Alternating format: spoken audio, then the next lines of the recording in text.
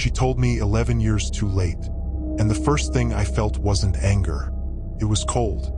The specific cold of realizing the night you thought was nothing was the night you almost didn't survive.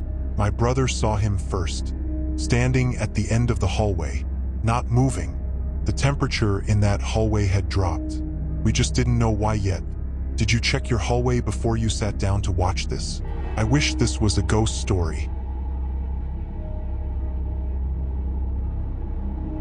There is a specific kind of fear that doesn't announce itself. It doesn't come with horror movie music or flickering lights or doors that creak at the wrong moment. It comes quietly. It comes in the shape of something ordinary. A hallway, a window, a man in a striped shirt standing somewhere he has absolutely no reason to be. And it comes when you are completely, totally unprepared. Most of us live our whole lives without finding out how close it came. The near miss we never knew was a near miss. The night that almost became something else. We go to sleep. We wake up. We never know. My family found out. Just not right away. My name is Tyler. What I'm about to tell you happened in a real house, to a real family. On a night that started like every other night and then stopped being like anything we had ever experienced. I've carried this story for years. I've told it, but I've never told it like this. This is the story of the man in stripes. And by the end of it, you will understand why my mother lied. I was 8 years old, maybe 9. The bedroom smelled the way childhood bedrooms do, warm, slightly dusty. The particular smell of sheets that have been slept in 1,000 times. Safe, familiar. I went to sleep that night without a single strange thought in my head. I woke up because something was wrong with the air. Not a noise. Not a voice. The air. There was a coldness coming from the direction of the hallway that didn't belong there. Thin and sharp. The kind of cold that presses against the back of your neck. And then I heard Will breathing.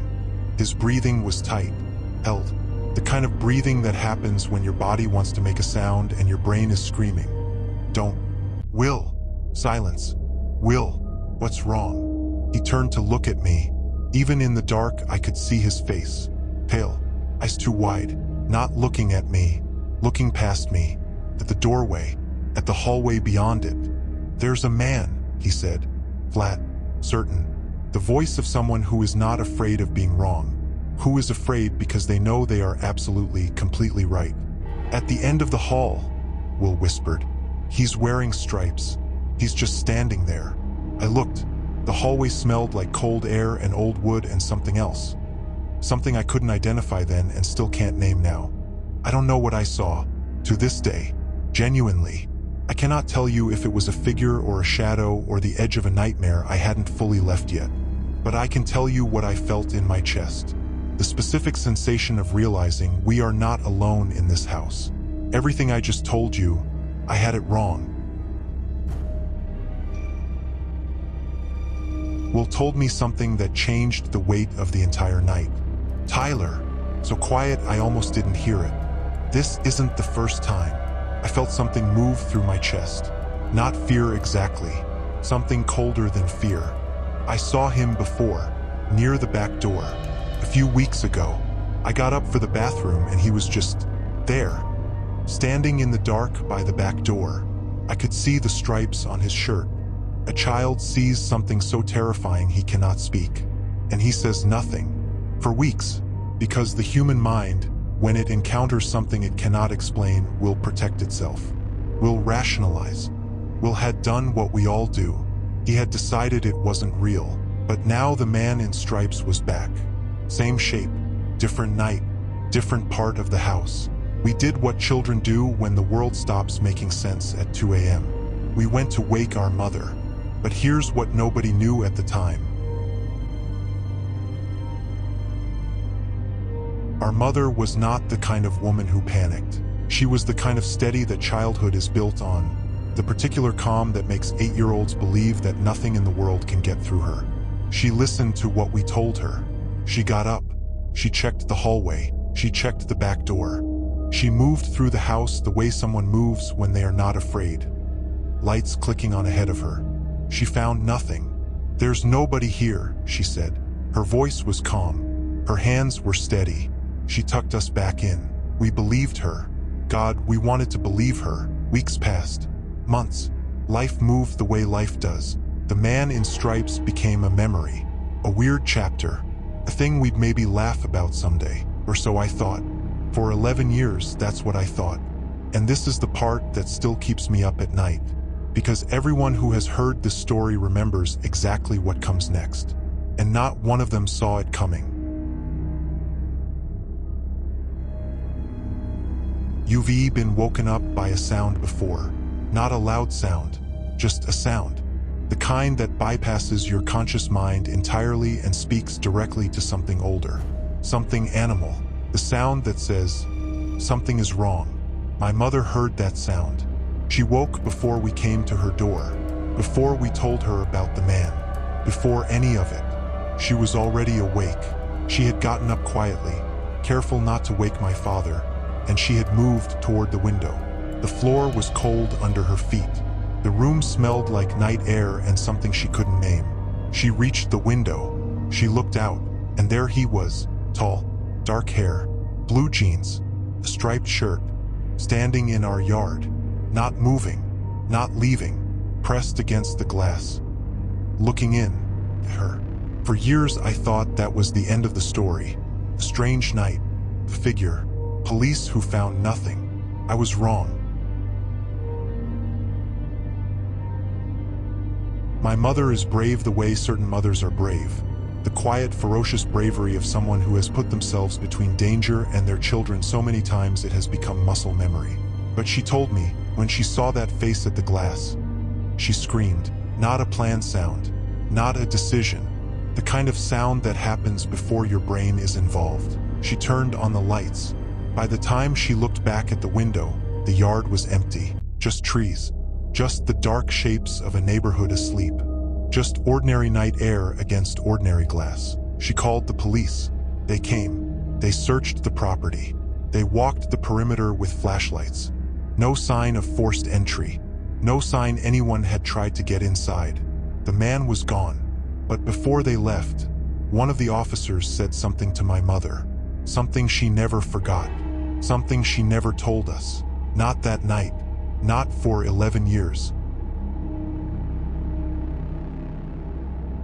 I was 19, maybe 20. My mother sat me down.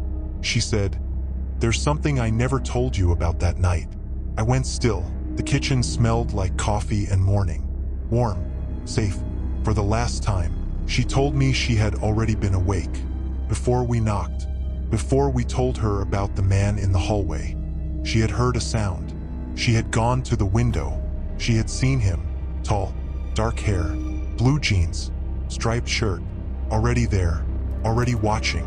She had already screamed, already turned on the lights, already called the police, already heard what the officer told her.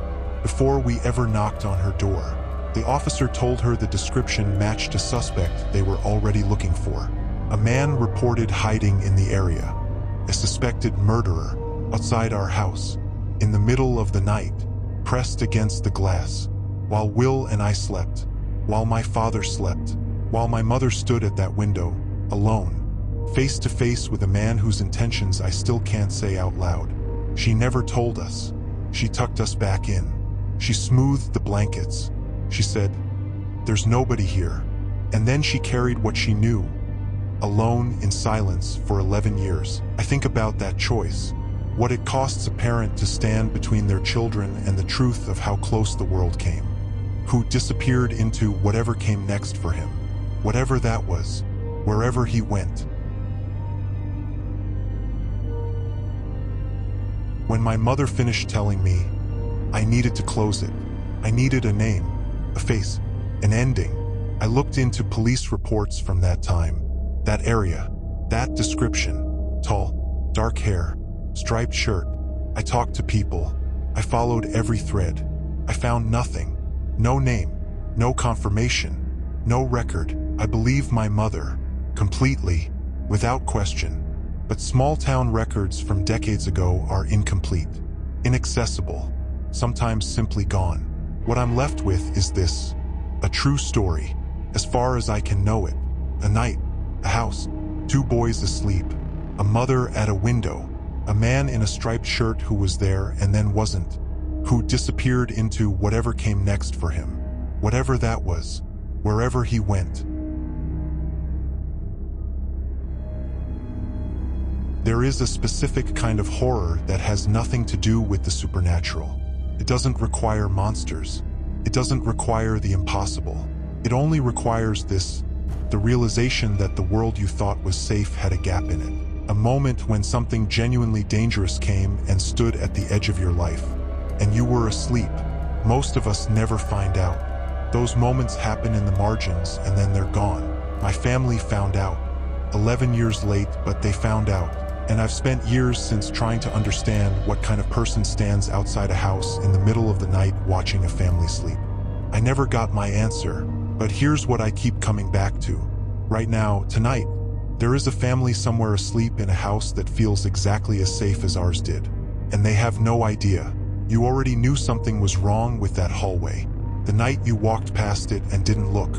You remember that night, don't you?